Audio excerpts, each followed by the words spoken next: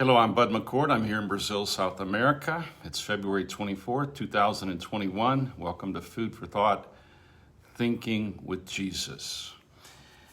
I hope you're well. I hope you're already ready to think with the mind of Christ. I believe with all my heart that man shall not live by bread alone, but by every word that proceeds from the mouth of God.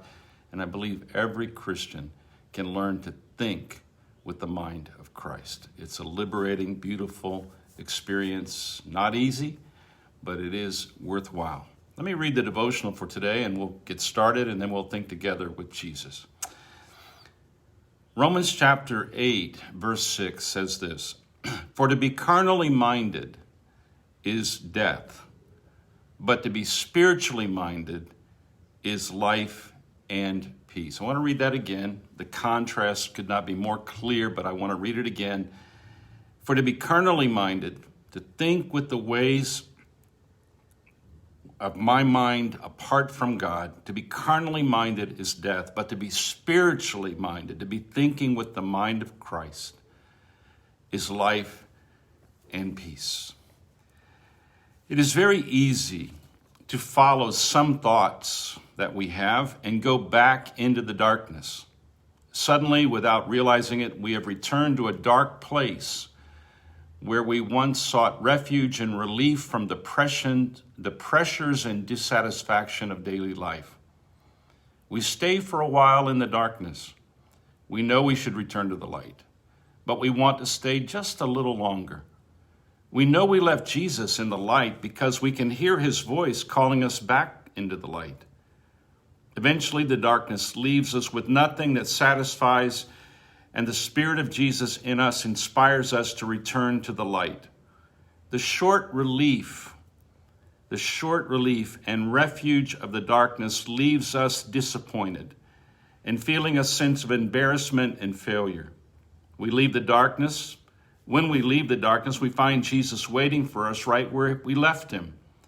We are amazed at his patience with us and his willingness to forgive us time and time again.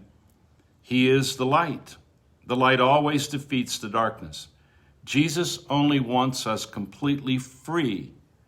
He is so good to us. The British author Oswald Chambers once said, in our relationship with Jesus, we do not grow step by step. I want to read that again. In our relationship with Jesus, we do not grow step by step. We only grow when we are in the light. Jesus does not clean us of our sins little by little. When we are in the light and we walk with him, we are always being cleansed of our sins. It is always a question of obedience. When we are in the light and obeying Jesus, our spiritual relationship is being perfected. When we return to the darkness, death begins to have an impact on us. When we walk in the light, it always impacts us with life. Stay in the light. Walk in the light. It is truly worthwhile to do so. This insight from Oswald Chambers changed my way of thinking about discipleship. I had been taught and been trained to lead people in a step-by-step advancing in their spiritual formation. But Jesus really did not give a step-by-step process. His process was his presence with his disciples. He kept them in the light because he is the light. He did not give them 40 points to follow. He gave himself for them to follow. He gave them his mind, his emotions, his will, and he invited them to abide in him. And abiding in him is another way of saying, stay in the light. Stay under my influence. Obey my commands. when you think with me, when you feel with me, when you want with me, you are in the light. When you are not wanting me and you are not listening to me, you're not obeying me, you have begun to think with the mind of the flesh again, and it will only produce the effect of dying and death. So every Christian at every moment is either in the light or they're not in the light. Now, I know that sounds extreme, but I can only deal with me with this contrast. Either what I'm thinking comes from the light, or what I'm thinking comes from the darkness. Life is moving so fast around me and so fast around you that we don't have much time for a theological debate, but we do have enough time to take a thought captive, as Paul says in 2 Corinthians chapter 10. We take every thought captive to Christ. And I have learned that when I am in a moment where I can't discern light or darkness, or I don't know if my thought is pure or impure, or if I know it is impure, or I know it is in the light, I need to go with that thought and take it captive.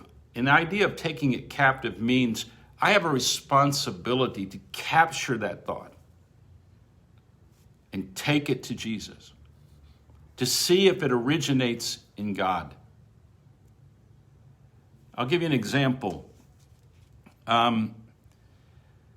Here in Brazil, I do a lot of marriage counseling, a lot. We do a lot of retreats for couples, and we're often with couples that are in crisis. I'm not talking just about, I'm talking about pastors and their wives. I'm talking about leaders and their wives. I'm talking about people who've given their lives to Jesus, and they begin to wander away. My neighbor has decided to go to work. Wow. I'm sorry. I'm going to try to go through this. We'll see if we can get through it. My neighbor is remodeling an apartment above us. Now my thoughts are probably in the darkness. Anyway, these couples have this idea. The idea is that they are going to be happy.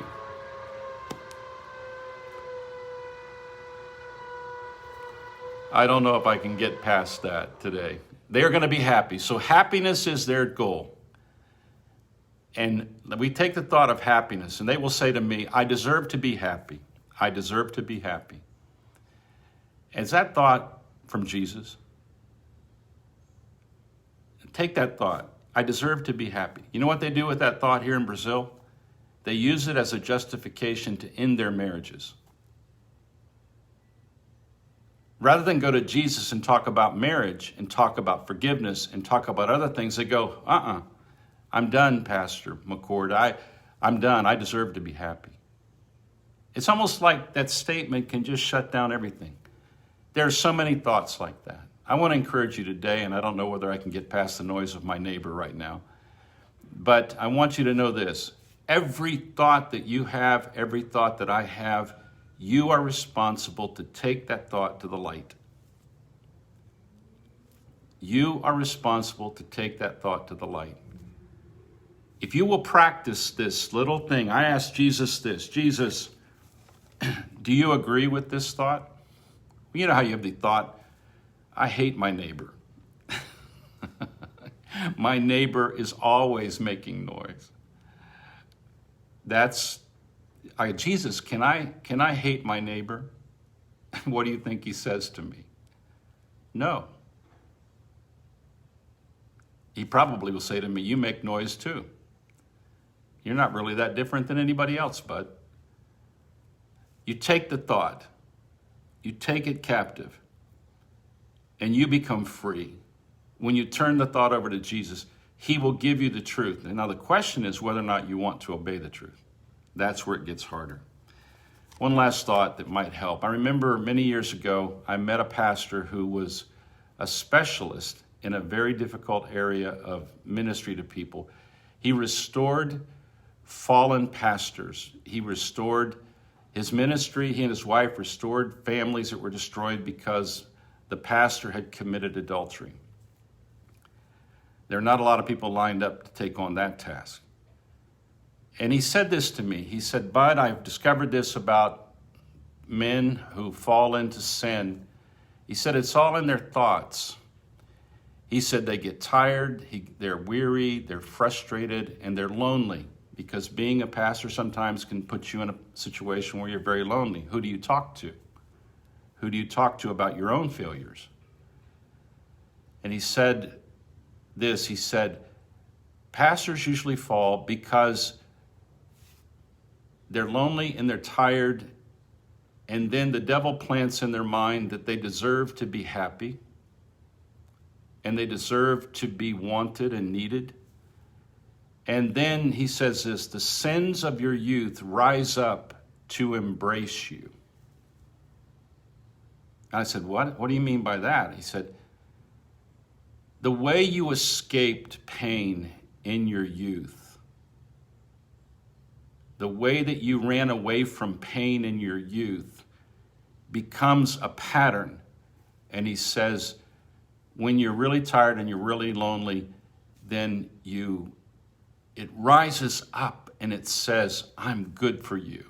And he goes, when you're tired, when you're lonely, when you're frustrated, he said, take captive your thoughts and take them to Jesus. I've never forgotten that.